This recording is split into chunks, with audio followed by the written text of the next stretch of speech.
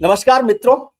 देश ने कल और दुनिया ने भी कल क्रिसमस का जो उत्सव है, पर्व है, त्योहार है, वो धूमधाम से मनाया। बहुत सारे लोगों ने दूसरे तरीके से, अलग तरीके से धूमधाम से उसको मनाया है। काम चल रहा है। कल अटल बिहारी वाजपेयी की भी जयंती थी, तो लखनऊ में बड़ा कार्यक्रम हुआ। प्रधानमंत्री जी ने वहां बड़ी 65 फीट ऊंची प्रतिमा का अनावरण किया है। दीनदयाल जी भी उनके साथ हैं, श्यामा प्रसाद मुखर्जी भी उनके साथ हैं, मोहन भागवत साहब सरसंघ चालक जो हैं वो भी अलग तरीके की बात कर रहे हैं। और कांग्रेस में आपाधापी कुछ कुछ चल रही है। एक बहस शुरू हो गई है कि राहुल जी, प्रियंका जी, कौन आगे जाएगा, कौन बेहतर पॉलिटिकल लीडर है। ये सारी बातें हो रही है और उस बीच में रॉयटर्स की एक खबर आ गई। खबर क्या है, उसमें एक आर्टिकल है जिसमें कहा गया कि भाई प्रधानमंत्री जी की लोकप्रियता दुनिया में सबसे ज्यादा चल रही है। 71% उनकी अप्रूवल रेटिंग बताई गई है। अब वो कह रहे हैं 2029 में भी कुछ बड़ा खेल नहीं होने वाला। राहुल जी चैलेंजर हो सकते हैं, लेकिन ऐसे चैलेंजर नहीं है। तो खैर, बहुत सारी बातें। अब इन सब बातों पर अगर साफ साफ बात करनी होती है, बहुत बार होता है, क्योंकि आप दिल्ली में देखते हैं ना, अब भी धुंधलका है, कोहरा है, स्मॉग है, जो भी आप कह लें, लेकिन साफ धूप निकलती नहीं है। तो हमने कहा धूप साफ निकले ना निकले, बात तो साफ होनी चाहिए। और बात अगर साफ करनी हो तो फिर आशुतोष जी को याद करना पड़ता है। आशुतोष जी हमारे मित्र हैं, आप जानते ही हैं। राजनीति में, पत्रकारिता में उनका बड़ा अनुभव है। सत्य हिंदी के फाउंडर एडिटर है और तमाम लोगों की जो है ना लंका लगाए रखते हैं साफ साफ बातचीत के जैसे। तो इसीलिए अनकट विद आशुतोष में हम बात करते हैं आशुतोष जी के साथ। आशुतोष जी, आपका बहुत बहुत स्वागत है। सर्दी की सुबह में आपके साथ बातचीत की जाए। दिन भर जो है आजकल कोहरा बना रहता है और आपने भी अभी चश्मा साफ किया। सरकार में बहुत सारे लोग कहते हैं कि आप चश्मा साफ कर लें अपना। नहीं, मुझे नहीं मालूम आपने अपने इंट्रोडक्शन में, प्रस्तावना में मेरी तारीफ की है या आपने बुराई की है। मैं इसको समझने की कोशिश करूंगा थोड़ी देर बाद। बिल्कुल, मौसम हमारे ख्याल से थोड़ा अच्छा है। ठंड का मौसम है तो जाहिर सी बात है कोहरा भी होना चाहिए, थोड़ा ठंड का मजा भी लेना चाहिए। और ठंड पहले मुझे बहुत अच्छी नहीं लगती थी, अब ठंड अच्छी लगने लगी है। और जब चश्मा बदलने की बात, तो देखिए वो तो इस जन्म में तो चश्मा बदलेगा नहीं, जैसा है वैसे ही रहने वाला, इसमें बदलाव बहुत संभव नहीं है। हाँ, लोगों की चाहत है कि आप अपना चश्मा बदल। हाँ, unless कि somebody gives an offer which I can't refuse. ये तो बढ़िया आपने लोडेड बात कर दिया। लोग ध्यान रखेंगे, आपकी बात को बहुत गहराई से और गंभीरता से सुनते हैं लोग। बिल्कुल बिल्कुल। तो गॉडफादर का ये डायलॉग मुझे याद आता है जब कोई ऐसी बातें कहता है तो। जी जी सर, तो बताएं क्या हो रहा है देश में, क्या करवा रहे हैं आप? नहीं, मुझे लगता है कि क्रिसमस डे के दिन जिस तरीके से हुड़दंग करने की कोशिश की गई, और एक दो जगह नहीं, आप रायपुर में भी देख लीजिए, वहां भी हुड़दंग हुआ है, असम के नालबाड़ी में हुआ है, राजस्थान में हुआ है, दिल्ली के लाजपत नगर के इलाके में कुछ जगह पे हुआ है, तो ये मध्य प्रदेश के जबलपुर में हुआ है। तो इस तरीके से जो तमाम चीजें हो रही हैं, एक तरफ सरकार की कोशिश ये बताने की कोशिश है कि दरअसल भारत को हम विश्वगुरु बनाना चाहते हैं, भारत भी 2047 में विकसित देश बन जाएगा। और दूसरी तरफ हम जो है वो अपने जो क्रिश्चियन भाई हैं, जो ईसाई भाई हैं, उनको अपना त्यौहार भी मनाने नहीं दे रहे। अब जरा इसको थोड़ा सा रिवर्स करके देख लीजिए। अगर कोई दिवाली मना रहा होता, कोई होली मना रहा, जी, कोई दिवाली मना रहा होता, दशहरा मना रहा होता, और अगर दूसरे समुदाय धर्म के लोग आके अगर इसी तरीके से वैंडलिज्म करते तो क्या होता? Just imagine. तो वो अपना त्योहार मना रहे हैं और वहां पे भी आप घुस के इस तरीके से बदतमीजी कर रहे हैं। मतलब ये बहुत ही घृणित, कुत्सित, और मुझे लगता है कि ये एक ऐसा कृत्य है जिसकी भारतीय जनता पार्टी, विश्व हिंदू परिषद, बजरंग दल, आरएसएस, तमाम लोगों को एक स्वर में भर्त्सना करनी चाहिए। लेकिन मैं देख रहा हूं कि कहीं से कोई आवाज उठती हुई दिखाई नहीं पड़ रही। ना मैंने बजरंग दल की तरफ से कोई आवाज सुनाई पड़ी, ना विश्व हिंदू परिषद की तरफ से, ना आरएसएस की तरफ से, ना बीजेपी की तरफ से। और हैरानी की बात इसलिए होती है क्योंकि प्रधानमंत्री नरेंद्र मोदी जी एक अप्रत्याशित तौर पर दिल्ली के चर्च में जाते हैं और वहाँ क्रिसमस के सेलिब्रेशन में शामिल होते हैं। तो ये एक चेहरा प्रधानमंत्री नरेंद्र मोदी का है, जी, एक चेहरा प्रधानमंत्री नरेंद्र मोदी का है, दूसरा चेहरा ये जो नालबाड़ी में जिस तरीके से सांता क्लॉज को मार रहे हैं। ये दो तस्वीरें हैं। इसमें कौन सी तस्वीर सच है, कौन सी तस्वीर गलत है, मैं तो समझ नहीं पा रहा हूं। लेकिन मुझे ऐसा लगता है कि अगर वाकई में प्रधानमंत्री जी जिस क्रिश्चियन सेलिब्रेशन में वो गए थे, अगर वो वाकई में मानते हैं कि इस देश के अंदर सभी धर्मों को अपने 30 त्योहार मनाने का पूरा अधिकार है, अपनी देवी देवताओं की पूजा करने का अधिकार है, उपासना करने का अधिकार है, तो उन्होंने बहुत स्ट्रांग मैसेज देना चाहिए, बहुत साफ तौर पर तमाम राज्य सरकारों को तायीद करना चाहिए कि ऐसे लोग जो इस तरीके से हुड़दंगई कर रहे हैं, उत्पात मचा रहे हैं, उनके खिलाफ ऐसी कार्रवाई हो ताकि इनकी रूहें कांप जाए। बट मुझे बड़ी हैरानी है कि भारतीय जनता पार्टी के किसी भी वरिष्ठ नेता ने ना तो इस तरीके का कोई बयान दिया और ना ही इस बारे में कोई चिंता दी, ना उनके ट्वीट मुझे दिखाई पड़े। तो ये दोहरापन जो है ये बहुत अखरता है। और साथ ही साथ आप देख लीजिए कि राज्य सरकारों का रवैया भी लगभग वही है। सबके चेहरे पहचाने जा रहे हैं, नालबाड़ी में सबके चेहरे पहचाने जा रहे हैं, और पुलिस ने सिर्फ 4 लोगों को डिटेन किया है और बाकी जगह पे कहीं कोई कार्रवाई नहीं हो रही है। तो क्या माने, क्या ये सरकार की मिलीभगत से ऐसा हो रहा? क्या पुलिस प्रशासन को मालूम है कि ऐसा इस तरीके से होगा और हमें कोई कार्रवाई नहीं करनी है? अगर ऐसा करना है तो प्रधानमंत्री जी के चर्च जाने का कोई अर्थ नहीं बचता। और जो मोहन भागवत बार बार कहते हैं कि सबकी पूजा पद्धति अलग हो सकती है लेकिन हम सब लोगों को मिलकर रहना, हमारा डीएनए एक है, तो उनके इस बयान का भी कोई अर्थ नहीं, क्योंकि अब ये कह के नहीं बच सकते कि हमारे लोग नहीं है। बाकायदा नालबाड़ी में बजरंग दल के लोगों का नाम आया है, विश्व हिंदू परिषद के लोगों का नाम आया है, और उनके जो जिला स्तर के जो पदाधिकारी उनका नाम आया है। उसके बावजूद भी अगर आरएसएस प्रमुख चुप रहते हैं, प्रधानमंत्री चुप रहते हैं, अमित शाह चुप रहते हैं, तो मैं क्या समझू इस बारे में? ऐसी तस्वीरों से हिंदुस्तान की छवि पूरी दुनिया में खराब होती है। आप ऐसी तस्वीरों के सहारे आप विश्व गुरु नहीं बन सकते हैं, और आपकी भी पहचान उन देशों जैसी होगी जो अपने आप को एक धार्मिक राज्य बनाना चाहते हैं। चाहे पाकिस्तान अपने आप को इस्लामिक कहता है, और जो सऊदी अरबिया का हाल है, जो बाकी देशों का हाल है, सब जानते हैं इस बारे में। तो इसलिए हिंदू धर्म को अगर उदात्त चेहरा दिखाना है तो, और हमें अगर ये कहना है कि हम इंटॉलरेंट नहीं टॉलरेंट है, सर्वधर्म समभाव की बात करते हैं, वसुधैव कुटुंबकम की बात करते हैं, सब धर्मों को साथ लेकर चलने की बात करते हैं, तो ऐसे हरकत करने वालों के खिलाफ कड़ी से कड़ी कार्रवाई होनी चाहिए। लेकिन अफसोस, जब मैं आपसे बात कर रहा हूं तब ऐसी कोई कार्रवाई होते हुए कम से कम मुझे दिखाई नहीं पड़ी। लेकिन सर, जब पीएम सुबह सुबह वहां चले जाते हैं, चर्च जाते हैं, प्रेयर करते हैं, आशीर्वाद लेते हैं, शामिल होते हैं, तो क्या ये मैसेज नहीं है कि सरकार का रुख क्या है क्रिश्चियंस को और दूसरे लोगों को लेकर? सर देखिए, इस मैसेज का अर्थ क्या है अगर उनके फॉलोअर्स उसको फॉलो नहीं कर रहे हैं? प्रतीकों का वक्त चला गया। और ये देखिए, ये मैं बहुत लाग लपेट वाली बात में करता हूं, सीधी सी बात है। ये प्रधानमंत्री जी थे ना 2024 के चुनाव में, क्या क्या कह रहे थे, तो मैं कैसे मानूं कि प्रधानमंत्री जी का ये चेहरा ठीक है या वो चेहरा ठीक है? वो तो ये भी कहते थे कि कपड़ों से लोगों को पहचान लेते हैं। तो मेरा कहना यह है कि ये जो प्रतीकों में बात करने की बात है, इसका वक्त गया। कानून व्यवस्था का खुलेआम मजाक उड़ाया गया है, दूसरे धर्म वालों के फंडामेंटल राइट्स पर अटैक किया गया है, और अगर उनके खिलाफ कोई कार्रवाई नहीं होती है तो आप सोचिए कि ये मानने के लिए हम लोग मजबूर होंगे कि ये मिलीभगत है, ये सब कुछ उनकी सहमति से या उन लोगों की सहमति से हो रहा। अगर कार्रवाई नहीं होती है तो मैं कहता हूं, अगर मान लीजिए इसकी जगह अगर आप मुसलमानों ने अगर इस तरीके से हरकत की होती, हिंदुओं के किसी त्योहार पर अटैक किया होता, क्रिश्चियंस ने अगर की होती, पारसी ने की होती, सिखों ने की होती, तब क्या प्रतिक्रिया होती, क्या हंगामा होता या नहीं होता हंगामा? प्रधानमंत्री से लेकर सारे लोगों के बयान अब तक आ गए होते, कड़ी से कड़ी कार्रवाई होती, उनके घरों को बुलडोज कर दिया गया होता। क्यों नहीं इन क्रिश्चियंस के उत्सव को हुड़दंग करने वाले लोगों के घर बुलडोज होंगे? कुछ नहीं होगा इनके खिलाफ। इसलिए लगता है कि ये सब एक मिली भगत है, एक डिसेप्शन का गेम है। हम कुछ कहेंगे, आप कुछ करते रहो।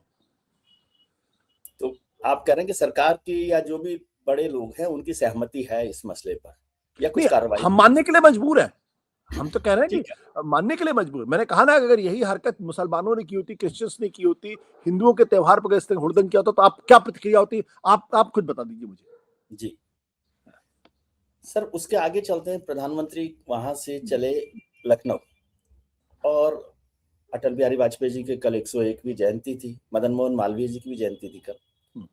तो लखनऊ में उन्होंने एक प्रेरणा पार्क का उद्घाटन किया, वाजपेयी जी की, दीनदयाल जी की और श्यामा प्रसाद मुखर्जी की प्रतिमा का अनावरण किया। क्या इसको भी आप कोई पॉलिटिकल सेंस के तौर पर देखते हैं? प्रधानमंत्री जी ने कहा पहले जमाने में नेहरू जी और एक ही परिवार की मूर्तियां, प्रतिमाएं, शहर, पार्क सब बनते थे, और जो दूसरे लोग थे उनको नजरअंदाज किया गया। ठीक है, ये तो भारतीय जनता पार्टी का प्रोपेगेंडा है, प्रोपेगेंडा करने दीजिए। प्रधानमंत्री जी अपनी पार्टी की बात कहेंगे, विपक्षी पार्टियों को वो उसी तरीके से उनके खिलाफ नैरेटिव बनाने की कोशिश करेंगे। लेकिन उसी उत्तर प्रदेश के अंदर 25 दिसंबर के दिन, जब बचपन से हम लोग देखते हैं, वहां छुट्टी रहती थी, घोषित छुट्टी होती थी, कैलेंडर में होता था। लेकिन 25 दिसंबर के दिन सारे स्कूलों को खोल दिया गया और कहा गया मैंडेटरी है अटेंडेंस, और आपको जाके वहां अटल बिहारी वाजपेयी का गुणगान करना है। क्या इसको आप किस नजर से देखेंगे? इसका मतलब ये उत्तर प्रदेश सरकार दूसरे तरीके से कान पकड़ रही थी, वो नहीं चाहती थी कि प्रदेश के अंदर कोई क्रिश्चियन कोई क्रिसमस डे बनाए। इसका तो यही अर्थ मैं समझता हूं। और कल किसी दूसरे पार्टी की सरकार आएगी, वो भी कहेगी भाई अब कल से आप हमारे महापुरुष हैं, उनके बारे में पढ़ाना शुरू कर दीजिए। देखिए, स्कूलों को राजनीति से दूर रखने की कोशिश करनी चाहिए। हमारे महापुरुष बहुत सारे लोग हैं, और अगर ये परंपरा आगे बढ़ी तो कहां तक जाएगी मुझे नहीं मालूम। फिर तो स्कूल पूरी तरीके से पॉलिटिसाइज्ड हो जाएंगे। आप आजादी की लड़ाई को पढ़ाइए। मैं अटल बिहारी वाजपेयी के खिलाफ नहीं हूं। आप आजादी की लड़ाई को पढ़ाइए। उसके कई पर्सपेक्टिव हो सकते हैं, हर पर्सपेक्टिव लोगों को बताइए। आप सावरकर जी को पढ़ाइए, आप श्यामा प्रसाद मुखर्जी को पढ़ाइए, आप हेडगेवार को पढ़ाइए, मुझे कोई दिक्कत नहीं। बट लार्जर पर्सपेक्टिव में पढ़ाइए कि देश में एक विचार ये था, एक विचार ये था, एक विचार ये था, और लोगों को छोड़ दीजिए, बच्चों को, कि वो किस विचार को अपनाना चाहते हैं। लेकिन अगर आप कंपलसरी करेंगे कि आप स्कूल जाना है क्योंकि आपको अटल बिहारी वाजपेयी के बारे में पढ़ना लिखना है, तो मुझे लगता है ये प्रॉब्लमेटिक है, और ये इससे स्कूलों को दूर रखने की कोशिश करनी चाहिए। जहां तक प्रेरणा स्थल बनाने की बात है, देखिए मैं बहुत स्पष्ट तौर पर कहना चाहता हूं, या तो भारतीय जनता पार्टी को कहना चाहिए कि बीजेपी प्रेरणा स्थल है। अगर आप उसमें राष्ट्र शब्द लगाते हैं, राष्ट्र प्रेरणा स्थल लगाते हैं, तो उसमें बाबा साहब अंबेडकर के लिए जगह क्यों नहीं है? उसमें ज्योतिबा फुले के लिए जगह क्यों नहीं है? उसमें राम मनोहर लोहिया के लिए जगह क्यों नहीं है? जेपी के लिए जगह क्यों नहीं है? उसमें कांशीराम के लिए जगह क्यों नहीं? चलिए मायावती की बात छोड़ देता, कांशीराम के लिए जगह क्यों नहीं है? उसमें पेरियार के लिए जगह क्यों नहीं? उसमें नारायण गुरु के लिए जगह क्यों नहीं? उसमें महात्मा गांधी के लिए जगह क्यों नहीं है? चलिए आप नेहरू परिवार से आप नफरत करते हैं, सुभाष चंद्र बोस के लिए जगह क्यों नहीं है? श्यामा प्रसाद मुखर्जी, दीनदयाल उपाध्याय, अटल बिहारी वाजपेयी, तीनों ही भारतीय जनता पार्टी और आरएसएस के लोग हैं। श्यामा प्रसाद मुखर्जी तो खैर आरएसएस में नहीं थे, लेकिन तीनों ही हिंदुत्ववादी हैं, तीनों ही भारतीय जनता पार्टी से जुड़े लोग हैं, तीनों ही उनके प्रतीक और शिखर पुरुष भी हैं। तो ये राष्ट्र प्रेरणा स्थल कैसे हो गया? ये तो बीजेपी प्रेरणा स्थल है। आप मुझसे बात करेंगे क्या मैं श्यामा प्रसाद मुखर्जी से प्रेरणा लेता हूं? बिल्कुल नहीं, मैं प्रेरणा नहीं लेता हूं। क्या मैं दीनदयाल उपाध्याय से प्रेरणा लेता हूं? बिल्कुल मैं प्रेरणा नहीं लेता उनसे। कोई भी पार्क बनता है, नेहरू पार्क बन रहा है या काशीराम पार्क दलित प्रेरणा स्थल बना यहाँ पर भी, तो सब जगह कुछ तो रिजर्वेशन, मतलब कुछ ही लोगों की प्रतिमा लगेगी ना। आप ये तो नहीं कह सकते कि जितनी लोग हैं उनकी सबकी प्रेरणा वहां पर होगी। प्रेरणा स्थल का मतलब सब लोगों की प्रेरणा के लिए अलग अलग जगह बनती है। काशीराम जी के लिए भी बना हुआ है, अंबेडकर के तो सब जगह देश भर में दुनिया भर में बने हुए ही हैं, गांधी के लिए बने हुए हैं, नेहरू के लिए बने हुए हैं, तो इनके भी बन जाए तो इसमें आपत्ति क्या है? नहीं, आपत्ति मेरी राष्ट्र शब्द से है। आप कह दीजिए बीजेपी प्रेरणा स्थल, आप कह दीजिए संघ प्रेरणा स्थल, आप कहिए हिंदुत्व प्रेरणा स्थल, हमें कोई आपत्ति नहीं है। लेकिन आप ये स्वांग मत करिए ना कि आप राष्ट्र प्रेरणा स्थल बना रहे हैं। अगर राष्ट्र प्रेरणा स्थल बना रहे तो माफ करिएगा, श्यामा प्रसाद मुखर्जी से मुझे किसी तरीके से कोई प्रेरणा नहीं लेनी। तो मैं बार-बार से भी नहीं लेनी प्रेरणा। मैं जाऊंगा उनके इतिहास में, और मैं जाऊंगा, फिर मुझे वो 1940-42 का इतिहास भी याद आएगा कि जब फजलुल हक की सरकार में श्यामा प्रसाद मुखर्जी थे, और कोई ये ना कहे कि मुस्लिम लीग के साथ सरकार बनाई थी। फजलुल हक वो शख्स थे जिन्होंने 1940 के जब मुस्लिम लीग के लाहौर अधिवेशन में उन्होंने पाकिस्तान का प्रस्ताव रखा था। तो पाकिस्तान के प्रस्ताव का रखने वाले शख्स के साथ का शख्स हमारे लिए कैसे प्रेरणा स्वरूप हो सकता है? हमारे लिए तो अल्लाह बख्श प्रेरणा स्थल होंगे, जिन्होंने जब पाकिस्तान का प्रस्ताव रखा तो उन्होंने दिल्ली चलो का नारा दिया, और जब अंग्रेजों ने फ्रीडम स्ट्रगल को डिमीन करने की कोशिश की तो उन्होंने उसके विरोध में अल्लाह बख्श सिंह ने जितने भी तमगे उनको दिए गए थे वो सब उन्होंने वापस किए।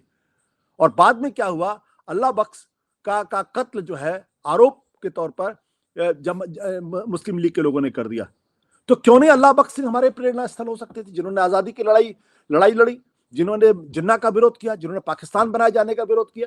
तो वही तो प्रधानमंत्री कह रहे हैं। आप जो बात कह रहे हो प्रधानमंत्री कह रहे हैं, वो एक ही बात है ना। मैं मेरे लिए अल्लाह बख्श सिंह ज्यादा बड़े प्रेरणा लगा दी है। बजाय नेहरू श्यामा ही अकेले आजादी के वो नायक नहीं है ना। नहीं, वो मैं कह रहा हूँ पटेल की प्रतिमा हो, अल्लाह बख्श सिंह की प्रतिमा हो, रामप्रसाद बिस्मिल की हो, या जो भी लोग हैं, केवल नेहरू गांधी परिवार के अलावा कांग्रेस ने किसी को याद नहीं किया। नहीं, ये देखिए, लोगों को नाम ये बीजेपी किया, ये बीजेपी का तर्क है। देखिए, बीजेपी को रहने दीजिए, उनकी पूरी आदत है कि वो नेहरू गांधी परिवार को डिस्क्रेडिट करना चाहे, करने दीजिए। पहले तो उन्होंने ये भी कहा कि भाई देखिए, सरदार पटेल का अपमान किया। जो सरदार पटेल ने यहां तक कहा 8 अप्रैल 1948 की अपनी चिट्ठी में लिखा कि आरएसएस के लोग जो है वो मिलिट्री स्टाइल में काम करते हैं और ये राज्य सरकार के लिए खतरनाक है। 11 सितंबर को उन्होंने महात्मा गांधी की मृत्यु के बाद जो चिट्ठी लिखी गोलवलकर को कि आपने जिस विचारधारा का जो जहर बोया, उसकी वजह से महात्मा गांधी की हत्या हुई। सरदार पटेल और नेहरू के बीच के रिश्ते इतिहास में कोई भी किताब उठा के देखिए, बहुत ही आत्मीय रिश्ते थे। उनमें आप नेहरू जी प्रधानमंत्री थे, तो क्या उनकी सहमति के बगैर 546 रियासतें भारत के साथ जुड़ गई? क्या ये मतलब ये किस तरीके की बातें की जाती है? जब आप वंदे मातरम की बात की जाती है तो आप उसके लिए आप नेहरू को डिस्क्रेडिट करने की कोशिश करते हैं, जबकि गुरुदेव रविन्द्रनाथ ठाकुर, सुभाष चंद्र बोस, महात्मा गांधी, आजादी के सारे दीवानों की सहमति थी उसमें। तो ये तो उनका एक प्रोपेगेंडा, उसको चलने दिए। मैं श्यामा प्रसाद मुखर्जी हो गई ना, जब वंदे मातरम में से जो शब्द काटे गए, जो पैरा काटे गए, स्टैंजा काटे गए, तो आप उसमें नेहरू को क्रेडिट मतलब डिस्क्रेडिट करने की बजाय आप कहते हैं कि रविंद्रनाथ टैगोर, सुभाष चंद्र बोस और ये सब हैं। और जब रियासतों की बात होती है तो आप कहते हैं कि नेहरू को क्रेडिट क्यों नहीं दे रहे? तो ये तो नहीं, मैंने नेहरू को कोई क्रेडिट नहीं दिया वंदे मातरम के लिए, ना मैंने उसके लिए। मैं एक बात कह रहा हूं कि वो एक संयुक्त प्रयास था। वो पूरी नेहरू की पूरी कैबिनेट, सरदार पटेल ने उसको एग्जीक्यूट किया, इसमें कोई दो राय नहीं है। बट क्रेडिट तो पूरी कैबिनेट को जाएगा ना। या जो वंदे मातरम के में आप सिर्फ नेहरू को अलग कर देंगे, बाकी लोगों का नाम नहीं डालेंगे उसमें। तो ये जो सोच है, इसलिए मैं कहता हूं। और आप श्यामा प्रसाद मुखर्जी ने तो अंग्रेज गवर्नर की चिट्ठी लिखी थी और कहा था कि क्विट इंडिया मूवमेंट को क्रश कर देना चाहिए। तो वो मेरे आराध्य कैसे हो सकते हैं? वो मुझे कैसे प्रेरणा दे सकते हैं? जिस कश्मीर का वो विरोध कर रहे थे धारा 370 का, देखिए जिस कश्मीर का धारा 370 का विरोध कर रहे हैं, जब कॉन्स्टिट्यूएंट असेंबली में वो पास हो रहा था तो श्यामा प्रसाद मुखर्जी क्यों चुप थे वहां पे? क्या उन्होंने अपना डिसेंट नोट दिया था? उसमें नहीं दिया था ना उन्होंने। तो मैं क्यों ना मानूं कि बाद में जनसंघ की पॉलिटिक्स को स्थापित करने के लिए उन्होंने कश्मीर के मुद्दे को उठाया। भाई उस वक्त अगर आपने कॉन्स्टिट्यूएंट असेंबली का विरोध किया होता, आपने उस वक्त अगर धारा 370 को लगाए जाने का विरोध किया होता, तब तो मैं मानता कि आपका कमिटमेंट कश्मीर को लेके एक सही कमिटमेंट है। जब वो पास हो रहा था तब आप चुप थे, जब आपको कॉन्स्टिट्यूएंट असेंबली का मेंबर बनाया गया तब आप चुप थे।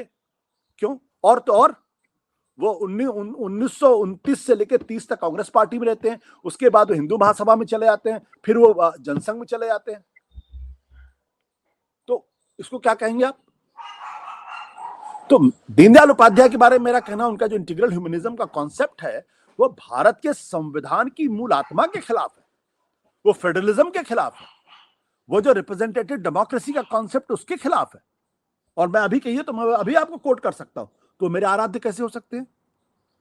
अटल बिहारी वाजपेयी के बारे में मेरा साफ तौर मानना है कि वो अच्छे आदमी थे, प्रधानमंत्री थे, लेकिन जब गुजरात में दंगे हो रहे थे तब उन्होंने क्या एक्शन लिया? 2000 से ज्यादा लोगों की मौतें हुई वहां पे। हिंदू मरे, मुसलमान मरे, ये अलग तरीके का प्रश्न है। उन्होंने क्यों नहीं उस सरकार को डिसमिस किया? लेकिन क्यों नहीं उन्होंने आर्मी भेजी? ये आधार तो सब नायकों के लिए दिया जा सकता है ना, वो नेहरू के लिए भी हो सकता है, सब नायकों के लिए दिया जा सकता है, लेकिन उसमें जब आप पार्टीशन के दंगों की बात करेंगे तो आपको ये दृष्टांत मिलेगा कि कैसे दिल्ली के अंदर सरदार पटेल हो या फिर जवाहरलाल नेहरू हो, ये दंगाइयों के बीच में खड़े हो गए। क्या अटल जी ने ऐसा किया? क्या नरेंद्र मोदी जी ने ऐसा किया? क्या हेडगेवार जी ने ऐसा किया? क्या गोलवालकर ने ऐसा किया? तो हम नेहरू को क्रिटिसाइज कुछ भी कर लें, ये आपका अधिकार है, उनका अधिकार है जो लोग करते हैं, लेकिन इस बात की तो दृष्टांत है कि अकेले भीड़ के सामने नेहरू खड़े हो गए अपनी कार के ऊपर और कहने लगे कि अगर मारना है तो सबसे पहले गोली मेरे ऊपर चलाओ। ऐसा कोई उदाहरण क्या संघ परिवार के अंदर एक भी अगर मिल जाए तो आप मुझे बताइएगा, एक भी। बताया कि गुरुजी जो है, गुरुजी गोलवलकर, वो जब पार्टीशन हो रहा था तब सिंध में थे, और उन्होंने शरणार्थियों के लिए जो काम किया है वो अलग तरीके का काम है। शरणार्थियों के लिए काम करना, चलिए मान लिया बहुत अच्छा काम किया उन्होंने, लेकिन सिर्फ एक समुदाय के लिए किया उन्होंने।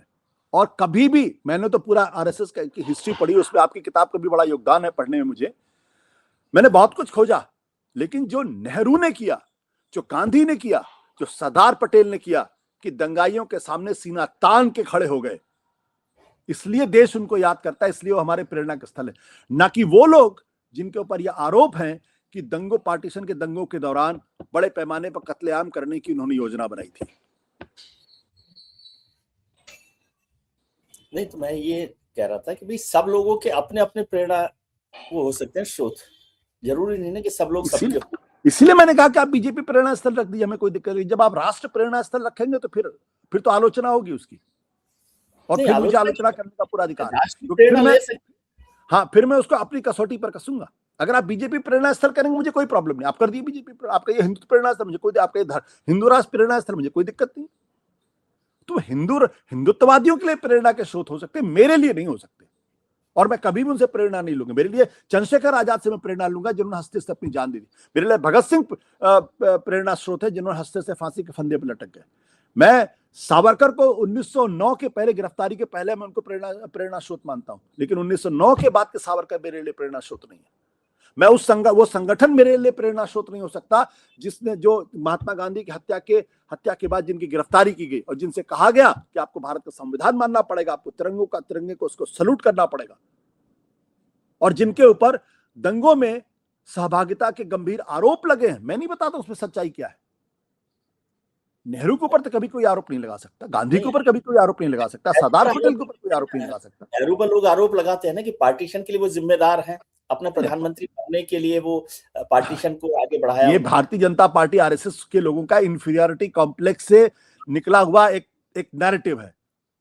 नेहरू अगर प्रधानमंत्री बनना चाहते तो कांग्रेस पार्टी क्या घास छिल रही थी वहां पे? चक्रवर्ती राजगोपालाचारी क्या कर रहे थे?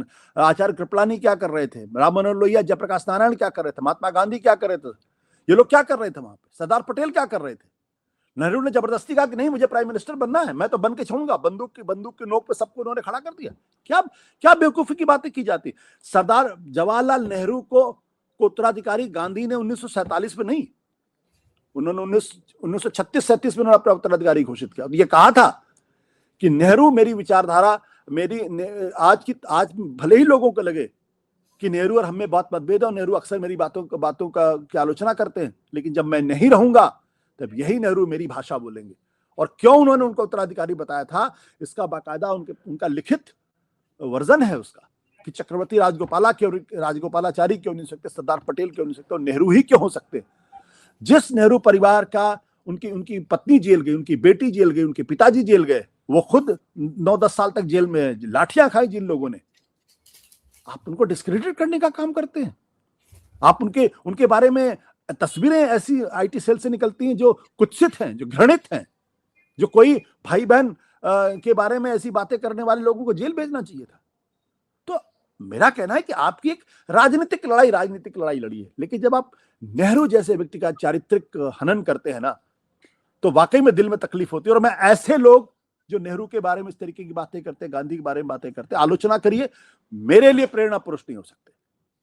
मैं अभी भी अटल बिहारी वाजपेयी का सम्मान इसलिए करता हूं क्योंकि अटल बिहारी वाजपेयी ने कभी भी नेहरू के बारे में अपशब्द नहीं कहा, कभी उनका चरित्र हनन नहीं किया, लेकिन उनके बाद की बीजेपी के नेताओं ने कोई भी मौका नहीं छोड़ा नेहरू को बेइज्जत करने का, डिस्क्रेडिट करने का। संघ के लोग तो ऐसी भाषा का इस्तेमाल करते हैं कि मैं बोल भी नहीं सकता। तो ये डिस्क्रेडिट तो संघ के खिलाफ जो लोग हैं वो भी गुरुजी गोलवलकर को करते हैं। गुरुजी गोलवलकर या संघ का जब कानून व्यवस्था से, अदालत से कोई वो नहीं है कि भाई गांधी की हत्या में वो शामिल है, लेकिन हर दिन आप उनको डिस्क्रेडिट करते हैं। बट सच्चाई तो ये है ना कि वो गिरफ्तार हुए थे। कोर्ट के फैसले को आप सच्चाई से अलग, ये तो आपका ये तथ्य तो रखना पड़ेगा ना कि गिरफ्तार किए गए थे वो। ये तथ्य तो रखना पड़ेगा आरएसएस पर बैन किया गया था। ये तथ्य तो रखना पड़ेगा कि उन्होंने तिरंगे को नहीं माना। ये तथ्य तो रखना पड़ेगा भारत के संविधान को स्वीकार नहीं किया।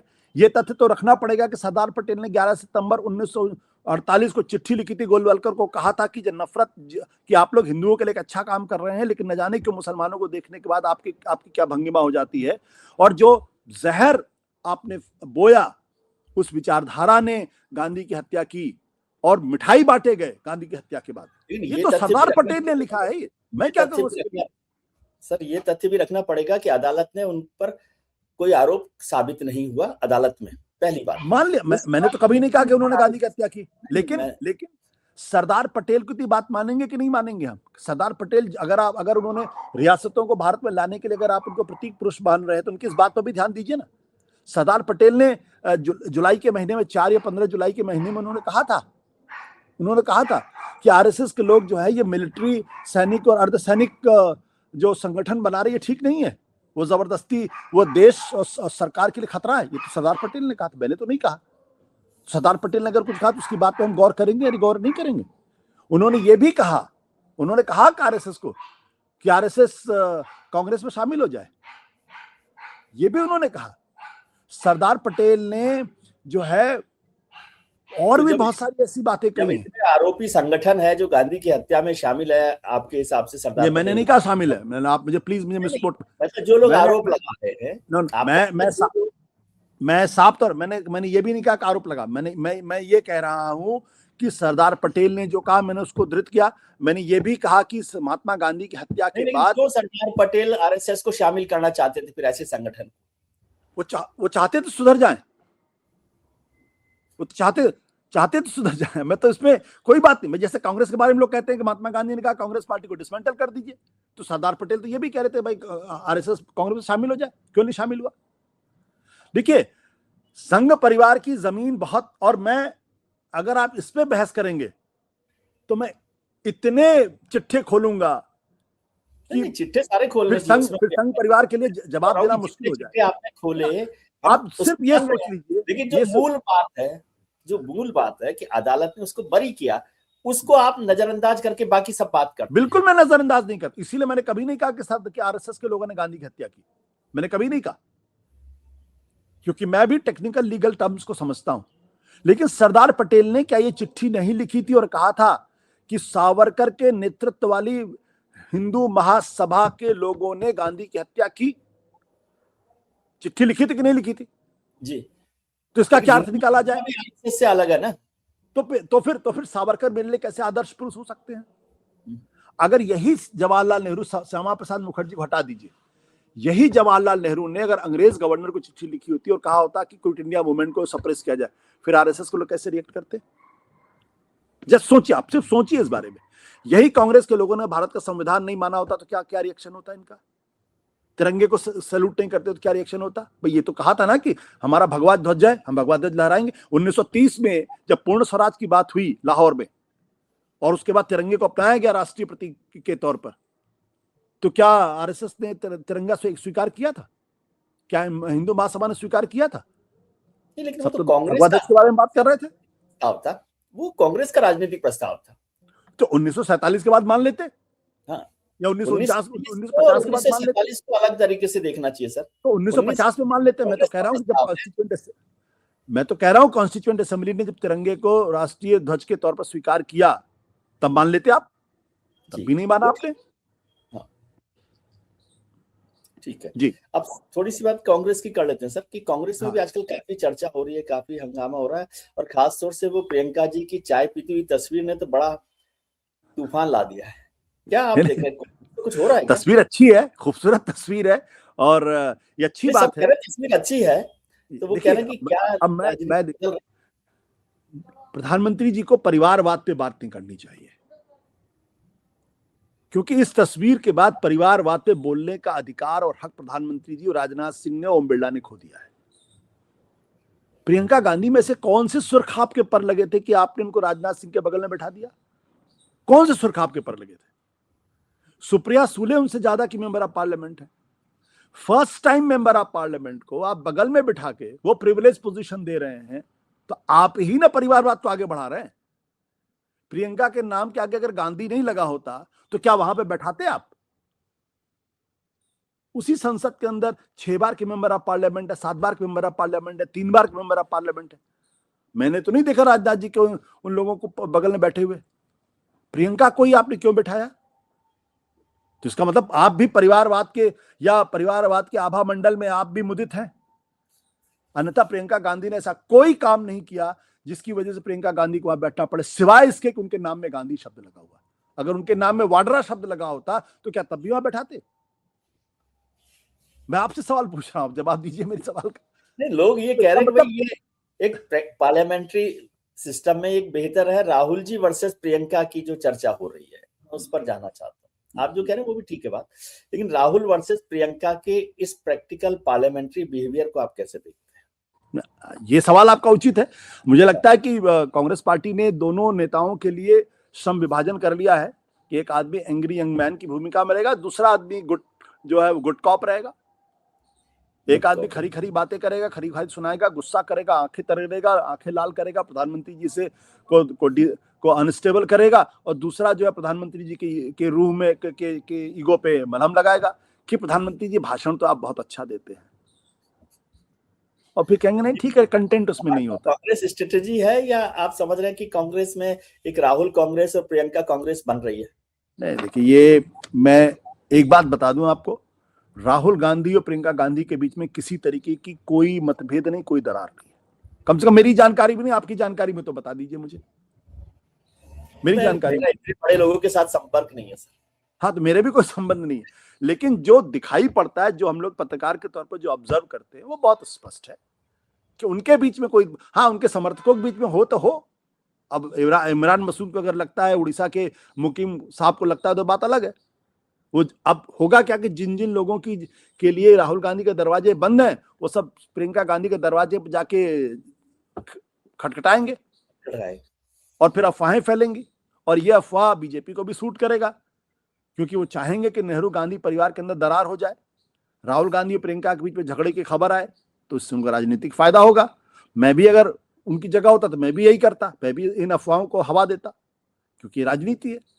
लेकिन अगर कोई ये कहे कि प्रियंका गांधी राहुल गांधी के बीच में झगड़ा है, मतभेद है, कम से कम मेरी जानकारी में नहीं है, किसी और की जानकारी में तो बात अलग है। कह रहे हैं, ये भी नहीं कह रहे लोग कि प्रियंका राहुल में झगड़ा है, लेकिन प्रियंका राहुल के ग्रुप जो है अलग अलग होते दिखाई दे रहे हैं कांग्रेस में। ये बात हो सकता है, छोड़ सकते हैं, हो सकता है। मैंने कहा आपसे, मैंने आपसे कहा, और आपको याद है कि हमारे बीच में एक वो साधु जी महाराज है, उनका क्या हश्र हुआ?